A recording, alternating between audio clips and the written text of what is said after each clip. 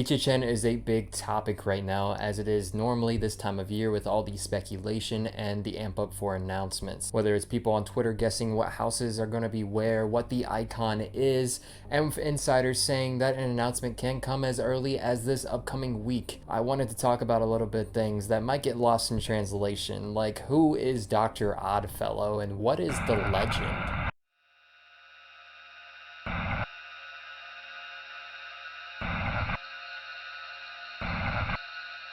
What was that about? You're looking at me like maybe you know. And if you don't, there's a previous video waiting for you. Without further ado, let's get into what and who Dr. Oddfellow is.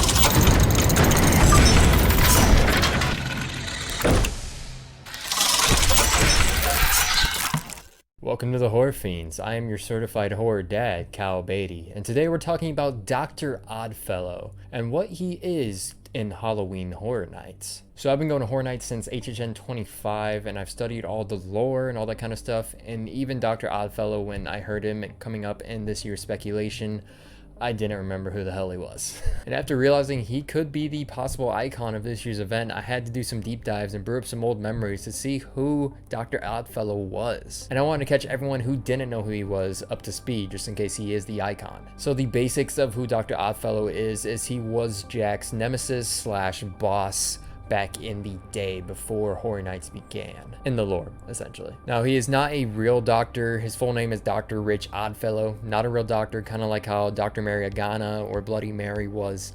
Not a real doctor. He just was a carnival guy. Circus entrepreneur, I guess, is the correct term for that. But he was the boss of Jack Schmidt, the, Ronald McDonald, or the Pennywise of Horror Nights. So Dr. Oddfellow owned a carnival and called it Dr. Oddfellow's Carnival of Thrills, and Jack happened to work there as a clown.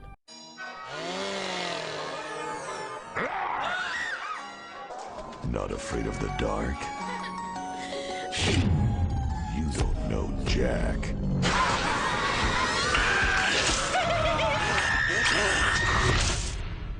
Look out for the new Halloween Horror Nights 10, only at Universal Studios. Florida residents save $10 with a specially marked 2-liter Coca-Cola Classic label or coupon from a participating Taco Bell. But with Jack being who he is and who we all know him to be, he did murder several children while working at that carnival. Now, being wanted by the FBI, Jack went to his boss, Dr. Oddfellow, to see if he could help him cover up the evidence of all these murders that he committed. But what Jack didn't know is Dr. Oddfellow was already wanted and had warrants out for his arrest due to some accidents that happened in his previous circuses under a completely different name that was untraceable back to him. So when this, clown that worked for this guy came up to him and was like, hey, I killed people and I need your help to cover it up because the FBI are on my ass, Dr. Oddfellow's like, well, FBI's on my ass too, so let me just figure this out because now I'm terrified. He asked Jack to go and show him where the bodies were stashed at. So Jack did exactly that. He brought him over to where he had the bodies stashed, and they were in small trunks.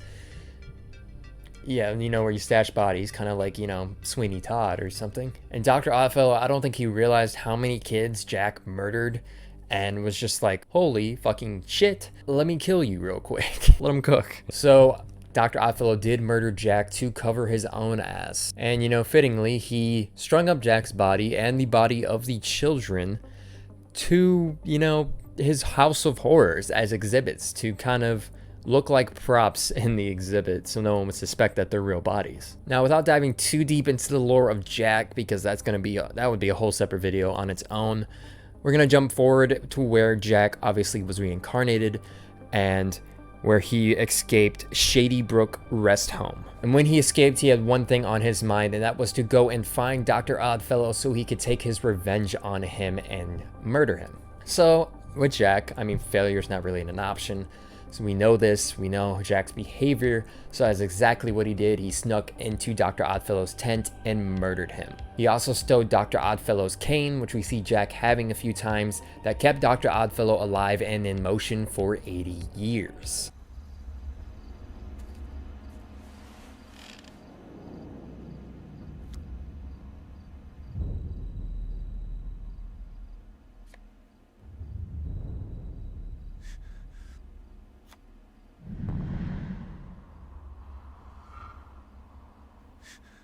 So what's my future?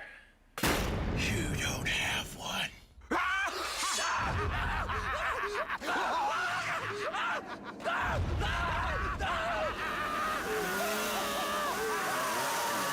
But to my own Google searches, to my own knowledge, that is where the lore kind of ends with Dr. Oddfellow. He kind of just has that backstory. So I don't know if this year, if he is the icon, if we are going to travel back and learn about that whole endeavor inside a house or throughout the event, if he is the icon.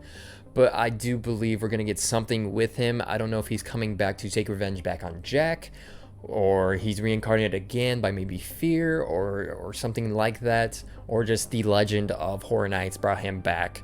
That is something we'll have to see as far as once we get into the event and with any announcements, whether they make videos with Dr. Oddfellow in them, if he is being announced as an icon, kind of like how they did with Jack in 30 and in 25, and you know, all the icon videos we get. But I did want to just bring you guys up to speed to see who Dr. Oddfellow was, because I feel like some people might not know who he is, especially not people that really know Horror Nights well, that are just going to the event to experience the event and have fun. You might be a little confused about this clown, this old man clown just running the event, if he is the icon, or if we step into his house with the Jack and Oddfellow interactions we might have in a maybe flashback house or a new house where Oddfellow's chasing Jack down. But I am very excited for HHN 32, and it is very close to an announcement from what I hear. Usually this is the time where we start hearing more announcements, whether that be on houses or scare zones or shows, anything like that. This is around the time we get it. That May to June kind of area is where we get our first announcement, and after that it's weeks, or maybe 2 weeks, 3 weeks sometimes, between announcements going up to September. Now I will be covering all of that in my videos. I'll be covering everything Horror Nights as far as it comes out, and when the event actually comes out I will be attending it quite frequently and posting it on this channel as well.